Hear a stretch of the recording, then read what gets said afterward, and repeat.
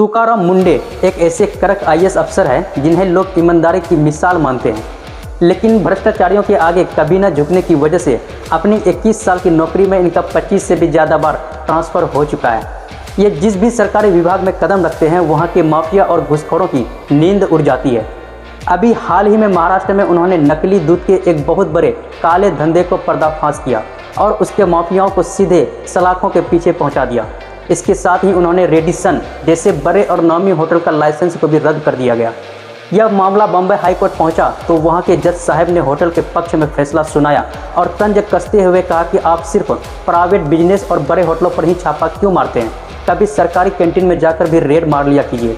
बस फिर क्या था, जज साहब की इस बात को तुकाराम जी ने चुनौती की तरह लिया। वे एफडीए की टीम को लेकर बिना किसी पूर्व सूचना के सीधे बम्बई हाईकोर्ट के कैंटीन में ही छापा मारने पहुंच गए।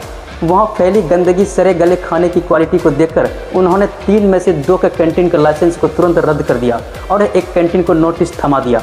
ऐसे निडर अफसर से आम जनता को बहुत फ़ायदा हो रहा है, लेकिन आप खुद सोच ही कर देखिए, अगर हमारे देश के कुल 5700 आईएएस अफसरों में से 1000 अफसर भी तुकाराम मुंडे जैसे ईमानदार हो जाए तो भारत के सरकारी विभागों की पूरी तस्वीर ही बदल जाएगी।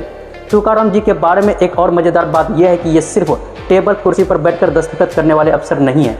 अपने 21 साल के सफ़र में उन्होंने सड़क के किनारे अवैध कब्जों को हटाया, बड़े बड़े बिल्डर माफियाओं को हेराफेरी रोकी और सरकारी पैसों की लूट मचाने वाली कई बड़े नेताओं तक से पंगा ले लिया। यही वजह है कि वो जहां भी जाते हैं आम जनता उनकी मुरीद हो जाती है और माफिया उनका नाम सुनते ही कांपने लगते हैं। बाकी इस कड़क और निडर अफसर के बारे में आपकी क्या राय है, कमेंट में लिखना बिल्कुल भी मत भूलिएगा। मिलते हैं अगली वीडियो में, तब तक के लिए जय हिंद।